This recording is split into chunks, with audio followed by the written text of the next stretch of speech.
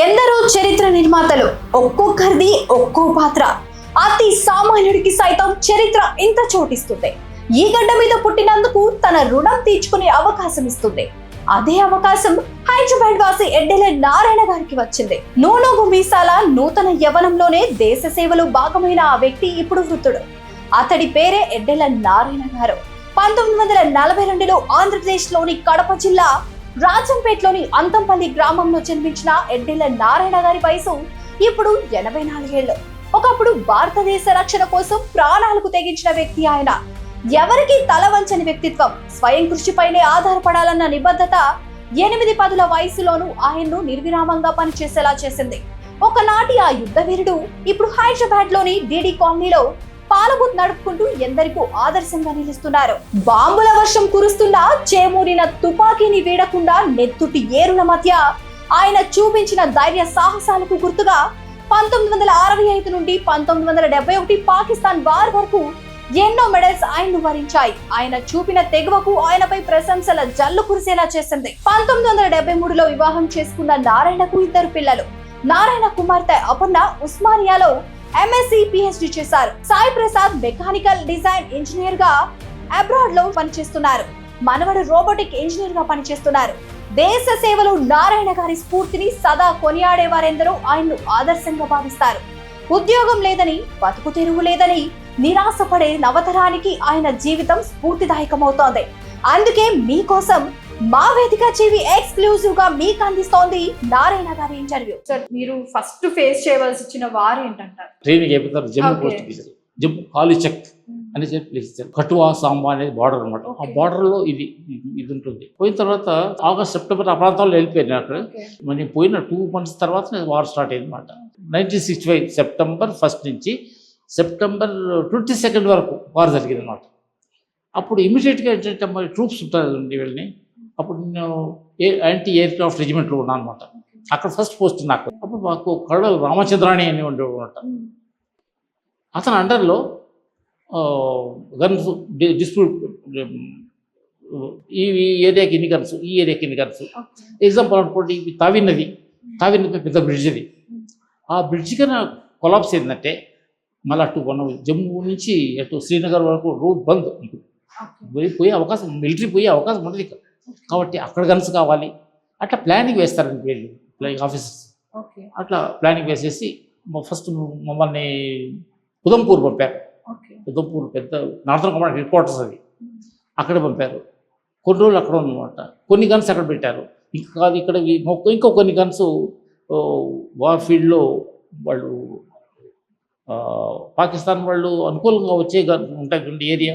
ఆ ఏరియాకి అడ్వాన్స్ రానికుండా వాళ్ళకి అడ్డుకుంటే గన్స్ కావాలి, అక్కడ పెట్టాలి. అదంతా ఆఫీసర్స్ చూసుకుంటారండి వాళ్ళు. ఆ ప్లానింగ్ ప్రకారం వాళ్ళు ఎక్కడెక్కడ డిప్లాయ్ చేస్తుంటే అక్కడక్కడ జవాన్లు అంతా డిస్ప్యూట్ అయిపోతుంటారండి. మీరు ఎదుర్కొన్న ఫస్ట్ వార్ గురించి చెప్పండి. 1965 పాకిస్తాన్ వార్ అండి. వార్ అనేది అమ్మ అనుకుంటాం కానీ భయం అనేది ఉండదండి. ఆర్మీ జవాన్ భయం ఉండదండి. శత్రువులు మట్టు పెట్టాలి అని ఆ ధ్యేయం ఉంటుంది. కానీ ఆర్మీ జవాన్కి కరేజ్ ఒకటి, కాన్ఫిడెన్స్ ఒకటి, రెండోదంటే డెడికేషన్ ఒకటి, సాక్రిఫైస్ ఒకటి. ఇవి ప్రతి జవాన్లో ఉంటాయండి. ఇంకొకటి భయం అనేది ఉండదు అక్కడ. మనిషికి గుప్పిడి గుండె ఉంది అంటారు. కాదండి, ఆర్మీ జవాన్కి గుమ్మడికాయంత గుండె ఉంటుందండి. అదే ఇంపార్టెంట్ అండి. అక్కడ ఏ జవాను భయపడే అవకాశం లేదండి అక్కడ. మీకు తెలిసిన వాళ్ళు కానీ ఆ యుద్ధంలో చనిపోవడం కానీ? అవునండి. నేను 27 డిఫెన్స్ రెజిమెంట్ అని చెప్పాను కదండి. ఎయిర్ డిఫెన్స్ రెజిమెంట్ 7 members ఉంటారండి. నువ్వు గన్ ఫైర్ చేయొద్దు, నువ్వు నీ ఏరియాని వేరే గన్స్ కూడా కవర్ చేస్తారు అని చెప్పారనమాట. అతను ఏంటంటే అతను మనసు ఒప్పుకోవట్లే. నా గన్ని ఖాళీగా ఎట్లా పెట్టుకోవాలని ట్రై చూస్తానన్నాడు. పాకిస్తాన్ ప్లేన్ వచ్చింది, ఫైర్ చేశాడు. ఫైర్ చేస్తే హిట్ కాలాలి. హిట్ కాకపోతే ఫర్దర్ ఫైర్ కావటం లేదు. ఫైర్ కాకపోతే వాడు టార్గెట్ వాడు కనిపించింది. వాడికి ఫైర్ ఇక్కడ గన్ ఉంది, వాడు పైలట్ గన్ ఉంది, వాడికి టార్గెట్ ఇక్కడ ఉంది, గన్ ఇక్కడ ఉంది. వాడు పైకి పోయి వాడు చెక్కలు కొడుతున్నాడు. చెక్కలు కొడుతుంటే ఇక్కడ కింద గన్ వీడు ఫైర్ చేయటంలే. అరే వాడికి అదును దొరికింది, ఇవి గన్ను ఫైర్ చేయటం లేదు. అక్కడ నుంచి డైరెక్ట్గా బాంబు వేసినట్టు పైన గన్ పైన 7 మెంబర్స్. మొత్తం గన్లో ఏంటంటే చిన్న కంకర రాళ్ళు అంటే ఇంకా వేస్తే అసలు ఏం కనిపిస్తుంది అక్కడ. వాళ్ళు మీ మీద కూడా అటాక్ చేయకుండా మళ్ళీ రిటర్న్ వెళ్ళిపోయారా, లేకపోతే వాడు వేసేసి వెళ్ళిపోయాడు. వాడు వేసి వెళ్ళిపోయాడు. వాడు బొంబాటింగ్ ఉంటుంది, బొంబాటింగ్ బిల్స్ ఉన్నాయండి. దాంతోపాటు మిషన్ గన్స్ ఉంటాయండి వాటి దగ్గర. ఫైర్ చేస్తూ పోతాడు. మనిషి టార్గెట్ కనిపించాడంటే వాడు ఫైర్ చేస్తూ పోతాడు అనమాట. స్టేజ్ ఫైర్ చేస్తూ ఉంటాడు. ఎప్పుడు విమానం వాడు ప్లేన్ వచ్చిందని తెలిసినప్పుడు వీళ్ళు ఆటోమేటిక్ సైరన్ వచ్చేస్తుంది. యూనిట్లో సైరన్ ఉపయోగిస్తుంటారు. మనం హైడ్ కావాలి అంటే ఎందుకు హైడ్ కావాలంటే వాడు భయపడి కాదు, మనం సంచారం ఉండకూడదు. మిలిటరీ సంచారం బయట వాడికి కనిపించకూడదు. ఇక్కడ ఆర్మీ ఉంది అని ఇంత క్యాంప్లేస్లో ఉండాలి. హెల్మెట్ ఉంటుంది, హెల్మెట్ పైన కూడా మేము అవి పచ్చని చెట్లు కానీ అవి కానీ వేసుకుంటాం అనమాట. పచ్చని చెట్లు ఉంటాయి. ఒక టార్గెట్ మనం ఒక టార్గెట్ మనిషిలా కనిపించకుండా వీలైతే మనం క్యాంప్లేస్ నెట్స్ ఉంటాయండి. ఆ నెట్స్ వేసేసిన తర్వాత దానిపైన కూడా ఇవి ఆకులు వేసేస్తారు అనమాట. వాడు బయట పైన చూసిన టార్గెట్ ఎట్లా అనిపిస్తుందంటే ఇది ఒక బుష్ లాగా అనిపిస్తుంది వాడికి. కాబట్టి వాడికి అంత ఆఫ్టర్ దట్ అంటే ఈ అటాక్ అయితే చేశారు కదా, వాళ్ళు చేసి వెళ్ళిపోయారు. తర్వాత ఇండియా ఏ విధంగా మళ్ళీ రీఅటాక్ చేసింది పాకిస్తాన్ మీద? ఫస్ట్ ప్లేన్ అండి వాడు తవి నది పైన అటాక్ చేశాడు. తవి నది పైన పెద్ద బ్రిడ్జ్ అని చెప్పాను కదండి. ఆ బ్రిడ్జ్ పైన అటాక్ చేస్తే దానిపై బాంబు వేసాడంటే ఇక ఫినిష్ మనకు పోలే. ఆ ఎయిమ్తో వాడు ఏం చేశారంటే తవి ఫస్ట్ ప్లేన్ అటాక్ జమ్మూ పైన అటాక్ చేసింది వాడు. తావి నది పైన బ్రిడ్జ్ పైన అటాక్ చేశారు. అప్పుడు హవల్దార్ పోతురాజు, తెలుగు అతను, కృష్ణా డిస్ట్రిక్ట్ అనుకుంటాను, హవల్దార్ పోతురాజు. అతను ఫస్ట్ బుల్లెట్ ఫస్ట్ ప్లేన్ వాడిది ఫస్ట్ బుల్లెట్ ఒకటి కొట్టేశాడు. పైన నిప్పు పట్టుకుంది వాడి, పైన గాలిలో కాలిపోయింది వాడి. ఒక్కరే ఫస్ట్ రౌండ్ వాడి అదృష్టం అది. అది దైవం కూడా కలిసి రావాలంటే అది అదృష్టం రావాలి. మీరు తర్వాత మళ్ళీ 60 కిలోమీటర్స్ పాకిస్తాన్ లోపలకు కూడా వెళ్ళారు అని తెలిసింది. ఇప్పుడు ఫస్ట్ ముందు ఇన్ఫెంట్రీ ఉంటుందండి, వాళ్ళు ఫైటింగ్ ఫోర్స్ వాళ్ళు. ఇప్పుడు ఆ రోజుల్లో మిషన్ గన్స్ అవి ఉండేటి మన దగ్గర. అంటే లోపలికి వెళ్ళడానికి అడ్వాన్స్ అయిపోతూ ఉంటారు కదండి, అడ్వాన్స్ అయిపోతూ ఉంటారు అనమాట. అడ్వాన్స్ అయిపోతుంటే దాని తర్వాత వెనకాల ట్యాంక్స్ ఉంటాయి.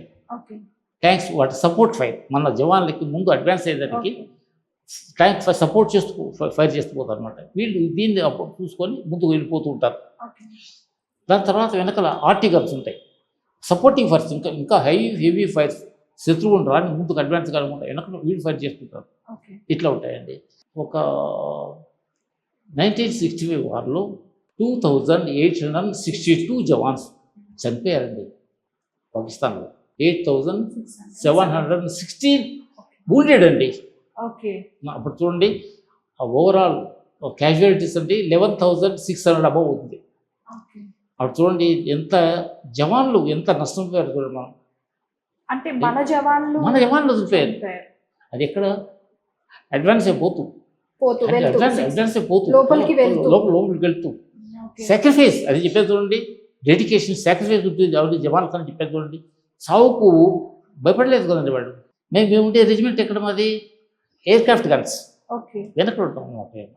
ముందు ఇన్ఫెంట్రీ ఉంటుంది, ట్యాంక్ ఉంటుంది, తర్వాత వెనక ప్రొటెక్షన్ రాకుండా వాటికి సపోర్ట్ ఎయిర్క్రాఫ్ట్ గన్స్ ఉంటాయి అన్నమాట. మీరు ఎప్పుడైనా త్రుట్లు తప్పించుకున్న లైక్ అలాంటివి ఏమైనా ఏంటంటే ఎయిర్క్రాఫ్ట్ అలా అవుతుందో అప్పుడు వెంటనే ట్రెంచ్లోకి వెళ్ళిపోతుందన్నమాట. బయట కనిపిస్తుంది చెప్పేది కదండి, ట్రెంచ్లోకి వెళ్ళిపోతున్నమాట. ట్రెంచ్ అయిపోయిన తర్వాత మనం అప్పుడు బయటకు వస్తాం. మేము అంటే మొత్తం టోటల్ ఎన్ని వార్స్ లో పార్టిసిపేట్ చేశారు సార్? 1965, 1971 రెండింటిలో పార్టిసిపేట్. సార్ 1971 లో కూడా మీరు ఒక వార్ లో పార్టిసిపేట్ చేశారు. ఆ వార్ గురించి మీ అనుభవాలు చెప్పండి. మా 1971 వారు December 3rd స్టార్ట్ అయింది. 71 వార్ December 3rd స్టార్ట్ అయింది. 16th ఎండ్ అయిపోయింది. ఫ్యూ డేస్లోనే ఎండ్ అయిపోయింది. అది కారణం ఏంటంటే మన వాళ్ళు దుమ్ము వాయించి పడేశారు. ఓకే. వాడు తట్టుకోలేక వెనక్కి వెళ్ళిపోతున్నారు, వాళ్ళు ఓకే. నిలబడలేకపోతున్నారు. వాళ్ళ దగ్గర సాఫిస్టికేటెడ్ ఎక్విప్మెంట్స్ ఉన్నాయి, కానీ మన ధాటికి వాళ్ళు నిలబడలేక బలవంతం పైన అమెరికా వాడిని ఆశ్రయించి సస్పేర్ చేయించండి అని చెప్పి బలవంతం పైన చేయించాడు. ఓకే. లేకపోతే ఇంకా మనం ముందుకు వెళ్ళిపోయేవాళ్ళం ఓకే. అప్పట్లో. అందువల్ల డిసెంబర్ 3 నుంచి డిసెంబర్ 16 వరకు వార్ క్లోజ్ అయిపోయింది. 71లో Indira Gandhi prime minister. General Manik Shah okay. Terror person అండి. జనరల్ మానిక్ షా అంటే జనరల్లో టాప్ జనరల్ ఆయన. వివి గిరి గారు ప్రెసిడెంట్ ఉన్నారు. ఓకే. ఎప్పుడు రిటైర్ అయ్యారు సార్? 31 ఆగస్ట్ 1985 అండి. తర్వాత ఏంటంటే ఇప్పుడు వీళ్ళు నేషనల్ డైరీ డెవలప్మెంట్ వాళ్ళు ఆర్మీ వాళ్ళకి మేము మిల్క్ బూతులు కట్టించిస్తున్నాము, ఓకే. ఫ్రీగా ఇస్తున్నాము, అది మీరు చేసుకోగలరా. అప్పుడు నాకు శాంక్షన్ అయిందంటే దాన్ని. మీరు ఎందుకు రిటైర్ అయిన తర్వాత కూడా మళ్ళీ కష్టపడాలని చూసారు? Retired but not tired. అదొక ఇది ఉండాలండి, ఏమి ఉండాలండి. టైర్డ్ కాకూడదండి, డెట్ కాకూడదండి, కష్టంగా తీసుకోకూడదండి. నేను చేయగలను,